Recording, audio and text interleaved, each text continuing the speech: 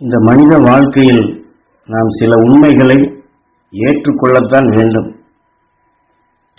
ஏனென்றால் நாம் எல்லாம் பக்தி மார்க்கத்தில் வளர்ந்து வந்தவர்கள், நம் தாய் தந்தையர் முன்னோர்கள் அனைவரும். ஆனால் பக்தி மார்க்கம் என்று சொன்னாலும் அந்த பக்தி எப்படிப்பட்டது? அது உண்மையான தெய்வ பக்தி தானா என்றால் அதிலே மறைந்திருக்கக்கூடிய ஒரு உண்மையைத்தான் ஞானகுரு இதிலே நமக்கு தெளிவாக நமக்கு தெரியாத விஷயத்தை சொல்லுகின்றார். அதற்கு ஒரு உதாரணமும் சொல்லுகின்றார். உதாரணமாக நம் ஊரில் ஒரு நல்ல, அதாவது உயர்ந்த பண்பு கொண்ட ஒரு பேச்சாளர் இருக்கின்றார். அவர் திறமையாக பேசக்கூடியவர், நல்ல கருத்துக்களையும் நல்ல ஒழுக்கங்களையும் பற்றி பேசக்கூடியவர், மக்களுக்கு நல்வழி காட்டக்கூடியவர். அந்த இடத்திலே ஒரு போக்கிரியும் இருக்கின்றார். ஆனால் இந்த போக்கிரி அங்கே இருக்கின்றான் என்றால், இந்த திறமைசாலியான அந்த ஒழுக்கமான பேச்சாளி அங்கே இருந்தாலும் இந்த போக்கிரியை கண்டு அவர் அஞ்சித்தான் இருக்க வேண்டும், அவனுக்கு ஒடுங்கித்தான் இருக்க வேண்டும், அவனுக்கு ஒடுங்கிதான் பேச முடியும். இல்லை என்றால் அவன் அசிங்கமாக பேசுவான், அல்லது கூட கொஞ்சம் அவனுக்கு கோபம் வந்தால் நம்மை அடித்து விடுவான். ஆக அவனுக்கு பயந்துதான் இந்த திறமையானவர் வாழ்க்கை நடத்த வேண்டி வரும். ஏனென்றால் இங்கே போக்கிரி என்று சொல்லுகிறோமே, இந்த போக்கிரியாக இருந்தவர்கள் தான் அன்றைய அரசர்கள். ஆனால் நாம் சிறு வயதிலிருந்தே பாட புஸ்தகத்திலும் நமக்கு சொல்லிக் கொடுத்தவர்களும் அரசர்களுடைய வீர தீரங்களை பற்றியும், அவர்கள் மிகவும் வலுக்கொண்டவர்கள், வீரம் மிக்கவர்கள், வீரம் என்றால் இப்படித்தான் இருக்க வேண்டும், மற்றவர்களை அவர்கள் சண்டையிட்டு அவர்களை போர் செய்து வெற்றி பெற்றவர்கள்தான் அரசர்கள் என்று நாம், அதுதான் வலிமையானது, அதுதான் வீரம் என்றும், அரசர்கள் எதை செயல்படுத்தினார்களோ அதைத்தான் வீரமானது என்று நாம் சொல்லி அரசர்கள் என்றாலே நாம் பெருமைப்படுகின்றோம். ஆனால் உண்மையின் நிலவரம் என்ன என்றால், அன்றைய அரசன் அவனை எதிர்ப்போரை வீழ்த்துவதுதான் அவனுடைய நியாயம், தர்மம். அவனுக்கு இணைந்து செயல்பட்டால் அவனை மெச்சிக்கொள்வான். ஏதாவது ஒரு கருத்து வேறுபாடோ எதிர்ப்பானதை செலுத்திவிட்டான் என்றால் அவனை அழிக்கத்தான் பார்ப்பான். அதற்காக அவன் ஒரு மதத்தை உருவாக்குகின்றான், சட்டத்தை உருவாக்கி அந்த மக்கள் அதை பதிவாக்க வேண்டும், அதை பின்பற்ற வேண்டும் என்று அதைத்தான் அவன் உருவாக்கி கொடுக்கின்றான். அந்த அரசனால் உருவாக்கப்பட்ட அந்த மதம், அந்த சட்டம், அதற்கு மாறாக யாராவது நடந்தால் இது தெய்வத்தினுடைய குற்றம், ஆண்டவனுக்கு இது குற்றமானது என்று சட்டங்களை இயற்றி அந்த நெறிகளுக்கு மாறாக நடப்பவர்களை மரண தண்டனை கொடுத்தார்கள். இப்படித்தான் ஆண்டவன் என்றும் தெய்வம் என்றும் தெய்வ செயல் என்றும், இதுதான் இன்றைய வாழ்க்கையில் நாம் வழி வழியாக அரசர்கள் எதை தெய்வம் என்று, ஆண்டவன் என்று, இதுதான் சாஸ்திரம் என்று அவர்கள் உருவாக்கி கொடுத்தார்களோ, அவர்களுக்காக இன்று சட்டமாக இயற்றினார்களோ, அதைத்தான் இன்று நாம் பிடிவாதமாக பிடித்து கொண்டு அரசனுக்கு எதிரி என்றால் அவனை வீழ்த்த வேண்டும் என்று, அது தர்மம் என்றும் அது சத்திரிய தர்மம் என்று சொல்வது போன்று இன்று உலகெங்கிலும் மதங்களும் இனங்களும் பெருகி, எங்கள் மதத்திற்கு எங்கள் கடவுளுக்கு இது விரோதமானது, அல்லது எங்களுடைய கூட்டமைப்புக்கு இது விரோதமானது என்று மற்றவர்களை அழிக்கக்கூடிய நிலை, மற்றவர்களை அழிக்க வேண்டும் என்ற இந்த உணர்வுகளை அரசர்களால் உருவாக்கப்பட்டதுதான். அது அவர்கள் உருவாக்கியதுதான் நமக்குள் கடவுளாக பக்தி என்று அந்த பதிவே கடவுளாக இயக்கிக் கொண்டுள்ளது.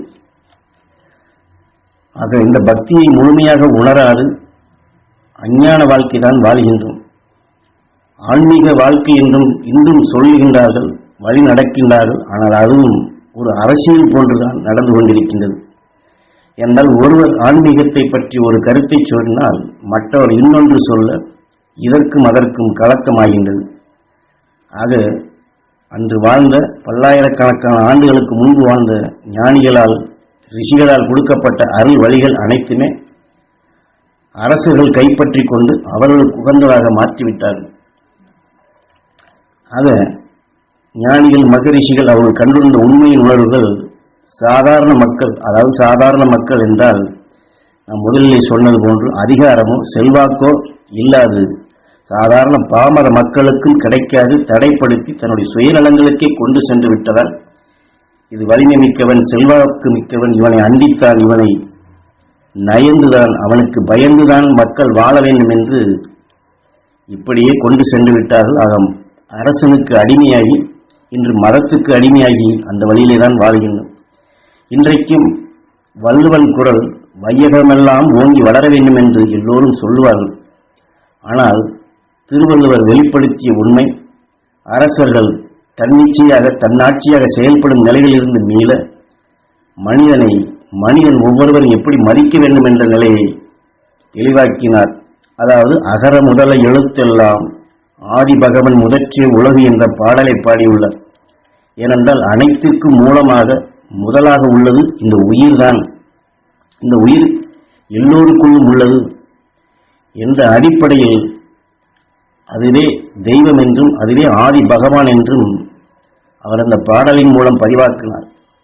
ஆனால் அன்றே இதை அவர் வெளிப்படுத்தியிருந்தாலும் இப்படி உண்மையின் உணர்வுகளை வெளிப்படுத்தக்கூடியவர்களை அரங்கேற்ற விடாதபடி மக்களுக்கு கிடைக்க விடாத அன்றைய அரசர்கள் இவர்களை குற்றவாளி என்றே பறைசாற்றி அதை செயலுக்கு கொண்டு வராதபடி மக்களுக்கு அதனுடைய உள்பொருளை மறைத்தே விட்டார்கள். இன்னும் சொல்ல போனால் திருவள்ளுவர் கொடுத்த அந்த 3 அடிப்படையிலேயே அந்த 3ஐ மட்டும்தான் இன்று நாம் படித்து கொண்டிருக்கின்றோம், பார்த்து கொண்டிருக்கின்றோம். ஆனால் இதற்கு அப்பால் அவர் ஒரு தலைப்பிலே ஞானத்துப்பால் என்று மனிதன் இந்த உடலுக்கு பின் எங்கே செல்ல வேண்டும், எந்த வழியிலே நாம் வழி நடந்தால் தன்னைத்தான் அறிந்து ஒரு அணுவின் ஆற்றல் இந்த விஞ்ஞானிகள் எப்படி அறிகின்றார்களோ அவர்கள் புறத்தில் அறிகின்றார்கள்.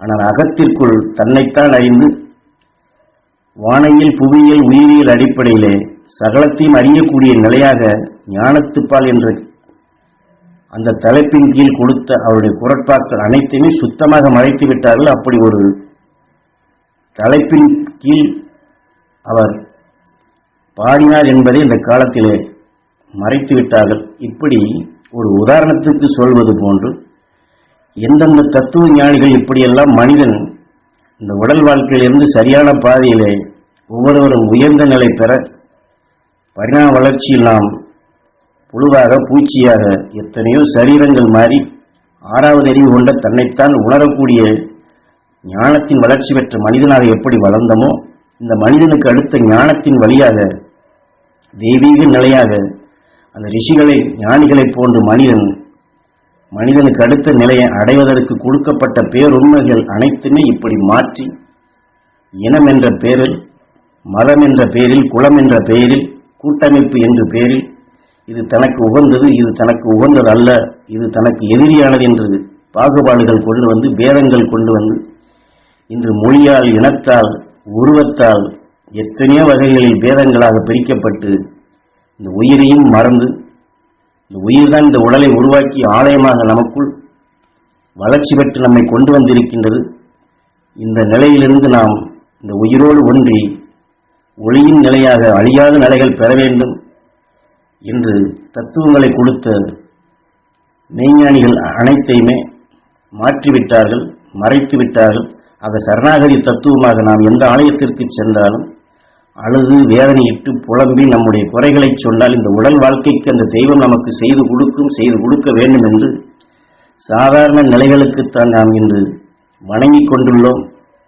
ஆனால் மனிதனுக்கு அடுத்த உயர்ந்த நிலை பெறுவதற்குண்டான மனிதன் நீ தெய்வமாகு, நீ அந்த நிலை பெறு என்பதைத்தான் அங்கே தெய்வ சிலைகளாக ஆலயங்களிலே கற்ப கிரகத்திலே மூலஸ்தானத்தில் வைத்து அங்கு விண்ணை நோக்கி உற்று பார்த்து கோபுரத்தின் வழியாக ஞானிகள் மகரிஷிகள் வெளிப்படுத்தக்கூடிய உயர்ந்த சக்தியை பெற வேண்டும் என்று ஆலய பண்புகளாக கொடுத்த நிலைகளையும் மறைத்து விட்டார்கள்.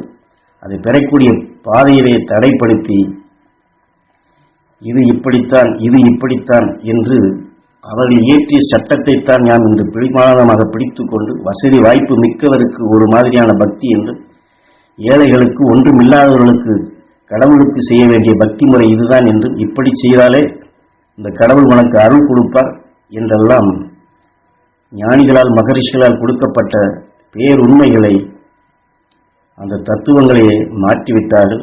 ஆனால் நமது குருவும் சரி, மாமகரிஷி ஈஸ்வராய குருவேரும் சரி, அந்த மறைக்கப்பட்ட உண்மைகளை மாற்றப்பட்ட திரிவு அடைந்த அந்த நிலைகளை எல்லாம் எல்லோருக்கும் தெரிய வேண்டும் என்று அதை நமக்கெல்லாம் தெரியப்படுத்துவதற்காக இந்த உண்மைகளை நாம் அறியும்படி செய்கின்றார்கள். அதை இனி நாம் அந்த உண்மைகளை எல்லாம் உணர்ந்து ஞானிகள் காட்டிய வழியிலே அருள் வாழ்க்கை வாழ்வோம். நாமும் இந்த உண்மைகளை உணர முடியும், நிச்சயம் தெரிந்து கொள்ள முடியும். ஏனென்றால் இன்றைய விஞ்ஞான உலகம் இதையெல்லாம் நிரூபிக்கின்றது. நாம் எதை பக்தி என்று பிடிவாதமாக பிடித்துக் கொண்டிருக்கின்றோமோ அதையெல்லாம் மாற்றி அமைக்கக்கூடிய நிலையாக இந்த விஞ்ஞான கருவிகள் மூலமாக மனிதன் அவன் எண்ணியதை தான் நினைத்ததை செயல்படுத்த முடியும் என்று எத்தனை வகைகளில் அதை நிரூபித்துக் கொண்டிருக்கின்றான். ஆனால் நாம் இன்றும் அந்த பக்தி என்ற போர்வையில் இந்த உடலுக்காக, தன் மனதில் தோன்றும் ஆசைகளுக்காக அரசுகள் காட்டிய வழியிலேதான் நம்முடைய பக்தி சென்று கொண்டிருக்கின்றது. ஞானிகள் காட்டிய வழியிலே செல்லவில்லை. அதைத்தான் குரு இந்த உபதேச வாயிலாக நமக்கு தெரியப்படுத்தி சாதாரண பாமர மக்களுக்கும், கல்வி அறிவு இல்லாதவருக்கும், எதை பற்றி சிந்தனையும் இல்லாதவர்களுக்கும் மனிதன் அவன் அடைய வேண்டிய உயர்ந்த நிலையை தன் இன மக்கள் பெற வேண்டும் என்று அவர்கள் வெளிப்படுத்தி சென்ற அந்த உண்மைகளை நாமும் எளிதில் பெரும் வண்ணமாகத்தான் குரு வழிகாட்டுகின்றார்கள். ஆக நாம் தெரிந்து தெளிவான நிலைகள் கொண்டு ஒவ்வொரு உயிரும் கடவுள் என்று, ஒவ்வொரு அந்த உடலையும் உயிரால் உருவாக்கப்பட்ட ஆலயம் என்று மதித்து, அந்த உடலை உருவாக்கிய தெய்வ குணங்கள் என்றுமே மகிழ்ச்சியாக வாழ வேண்டும், மகிழ்ந்து வாழ வேண்டும் என்று அன்பு கொண்டு, பண்பு கொண்டு, சகோதர உணர்வு கொண்டு, மனித நேயம் என்ற நிலையில் ஒருவரை ஒருவர் மதித்து நடந்து அந்த ஆலயம், அந்த தெய்வம் எல்லோருக்கும் நன்மை செய்யும் என்று எந்த தெய்வ குணத்தை, தெய்வீக பண்புகளை அங்கே உணர்த்தினார்களோ அந்த தெய்வீக நிலையாக நாம் தெய்வீக பண்புகளை வளர்த்து அந்த உயர்ந்த நிலை பெற வேண்டும் என்று இந்த உபதேசத்தின் வாயிலாக ஞானகுரு நமக்கு மெய்வழியை காட்டுகின்றார்கள்.